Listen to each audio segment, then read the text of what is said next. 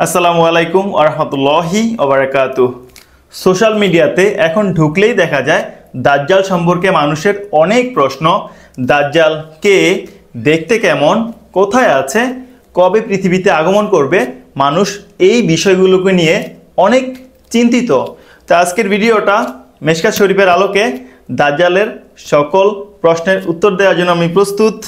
আপনারা প্রস্তুত হয়ে বসুন, ভিডিওটা না টেনে দেখবেন, ইনশাআল্লাহ টেনে দেখলে অনেক কিছু মিস করবেন। তো প্রথমে আসি, দাজ্জাল কে? দাজ্জাল একজন খোদা দাবিকারী ব্যক্তি পৃথিবীতে আসবে, যাকে রাব্বুল আলামিন কোনো ব্যক্তিকে মৃত্যু দেওয়া এবং তাকে জীবিত করার এই ক্ষমতাটা তাকে দেওয়া হবে। আগে এরকম অনেকে এসেছিল যারা পৃথিবীতে এসে নিজেকে খোদা দাবি করেছে, তাদের হাতে এই ক্ষমতাটা ছিল না, কিন্তু রাব্বুল আলামিন দাজ্জালকে সেই ক্ষমতা দিয়ে পাঠাবেন।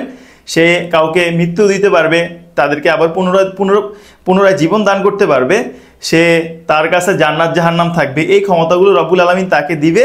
আর দাজ্জাল নিজেকে খোদা দাবি করবে। এ হচ্ছে দাজ্জালকে, তার পরিচয়। এখন আসি, দাজ্জাল দেখতে কেমন? এটা অনেকেরই প্রশ্ন, সেটা দাজ্জাল দেখতে কেমন। দাজ্জাল দেখতে কেমন একটু বোঝাচ্ছি। দাজ্জালের এই যে চুলগুলো থাকবে কোঁকড়ানো। দাজ্জালের চেহারাটা থাকবে এরকম, দেখানোর জন্য বোঝাচ্ছি। দাজ্জালের চেহারাটা থাকবে এরকম।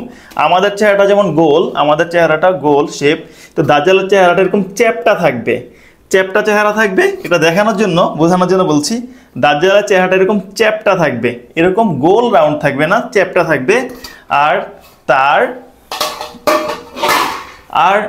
তার এই যে চোখের চামড়াগুলো, এগুলো আঙ্গুলের ফুলা ফুলা থাকবে এরকম। দাজ্জালের চোখের চামড়াগুলো এরকম ফুলা ফুলা থাকবে। তার এই চোখের চামড়াগুলো এরকম ফুলা থাকবে, আর এগুলো নখের মতো শক্ত চামড়া বিশিষ্ট থাকবে। আর দাজ্জালের একটি চোখ অন্ধ থাকবে। দাজ্জাল এক চোখ কানা থাকবে, এক চোখ তার খোলা থাকবে। আর তার কপালের মাঝখানে, দুই চোখের মাঝখানে কাফ ফা র অর্থাৎ কাফির লেখা থাকবে। ইমাম মুসলিম রহমতুল্লাহ আলাইহির বর্ণনায় যে কোনো মূর্খ অথবা শিক্ষিত ব্যক্তি সেই কাফের শব্দটি পড়তে সক্ষম থাকবে। এবার আসি, দাজ্জাল কোথায় আছে? দাজ্জাল কোথায় আছে তার নির্দিষ্ট কোনো বর্ণনা নেই, কিন্তু অনেক আলেমদের মতে দাজ্জাল কোনো একটি নির্জন দ্বীপে বন্দী আছে। রব্বুল আলামিন কিয়ামতের পূর্বে তাকে সেখান থেকে ছেড়ে দিবে। সর্বশেষ নাওয়াস ইবনে সাইমান রাদিয়াল্লাহু আনহুর বর্ণনা অনুযায়ী দাজ্জাল কিভাবে পৃথিবীতে আসবে সেটা বর্ণনা করছি। রাসূলুল্লাহ সাল্লাল্লাহু আলাইহি ওয়াসাল্লাম বলেছে, যদি আমার থাকাকালীন যদি দাজ্জাল পৃথিবীতে আগমন করে, তাহলে আমি দলিল প্রমাণ সহকারে তার মোকাবেলা করব। আর আমার অবর্তমানে যদি দাজ্জাল পৃথিবীতে আগমন করে, তাহলে তোমরা দলিল প্রমাণ অনুসারে দাজ্জালের মোকাবেলা করবে, আর তখন রব্বুল আলামিন তোমাদের সহায়ক হবে। দাজ্জাল একজন যুবক ব্যক্তি হবে।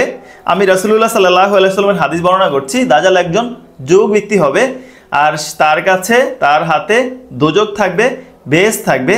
তার কাছে মূলত যেটা দোজক সেটাই হবে বেহেশত, আর যেটা বেহেশত দেখাবে সেটাই হবে আসলে দোজক। তো সে পৃথিবীতে সিরিয়া এবং ইরাকের মধ্যবর্তী স্থান দিয়ে পৃথিবীতে আগমন করবে। তো তার কথা সমস্ত ইহুদিরা তাকে অনুসরণ করবে। রাসূলুল্লাহ সাল্লাল্লাহু আলাইহি ওয়াসাল্লামকে জিজ্ঞাসা করা হয়েছিল তার চলার গতি কেমন হবে। তো রাসূলুল্লাহ সাল্লাল্লাহু আলাইহি ওয়াসাল্লাম উত্তর দিয়েছে, তার চলার গতি হবে মেঘের মতো। সে যখন চলাচল করবে, তার ডান দিক বাদিকে সমস্ত কিছু দুর্ভিক্ষের হাহাকার নেমে যাবে সেখানে।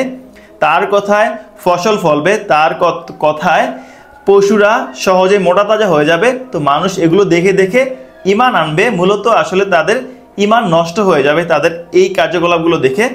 তো সে এভাবে করতে থাকবে। আর তখনকার সময় বর্তমান সময়ের 1 বছরের সময় তখনকার প্রথম একদিন হবে। দাজ্জাল পৃথিবীতে 40 দিন থাকবে।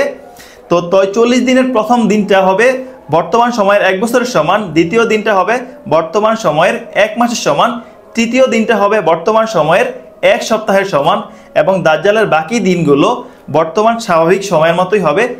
এক সাহাবী রাসূলুল্লাহ সাল্লাল্লাহু আলাইহি ওয়াসাল্লামকে জিজ্ঞাসা করে, 1 বছরের সমান যেই দিনটা হবে ওই দিনে কি আমরা 5 ওয়াক্ত নামাজ আদায় করলে কি আমাদের জন্য যথেষ্ট হবে? রাসূলুল্লাহ সাল্লাল্লাহু আলাইহি ওয়াসাল্লাম তখন বলেন যে দিন হিসাব করে, মানে 24 ঘন্টা হিসাব করে করে তখন নামাজ আদায় করতে হবে। তো দাজ্জাল এরকম করতে করতে এক যুবকের কাছে গিয়ে পৌঁছাবে। তখন ওই যুবককে তার প্রতি ঈমান আনতে বলবে, কিন্তু ওই যুবক বলবে, তুমি তো একজন ভণ্ড, তুমি তো ভণ্ড দাজ্জাল।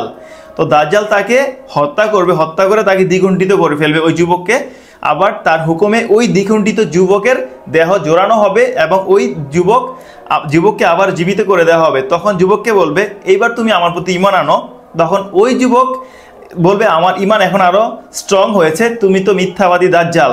দাজ্জাল তাকে আবারও হত্যা করতে চাইবে, কিন্তু সেই ক্ষমতাটা তার কাছে থাকবে না।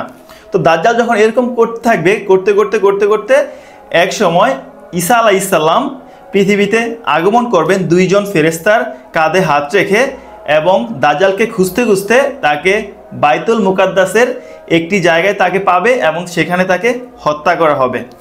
এ ছিল দাজ্জালের আগমন সম্পর্কে সংক্ষিপ্ত কাহিনী, যেটা আমি এই পবিত্র মিশকাত শরীফ থেকে পড়েছি, সেটা আপনাদেরকে শেয়ার করলাম। আরও কিছু যদি জানার থাকে ইনশাআল্লাহ কমেন্ট বক্সে জানাতে পারেন, সহিহ হাদিস থেকেই উত্তর দেওয়ার চেষ্টা করব ইনশাআল্লাহ। আজ এই পর্যন্তই। আসসালামু আলাইকুম ওয়া রাহমাতুল্লাহি ওয়া বারাকাতুহু।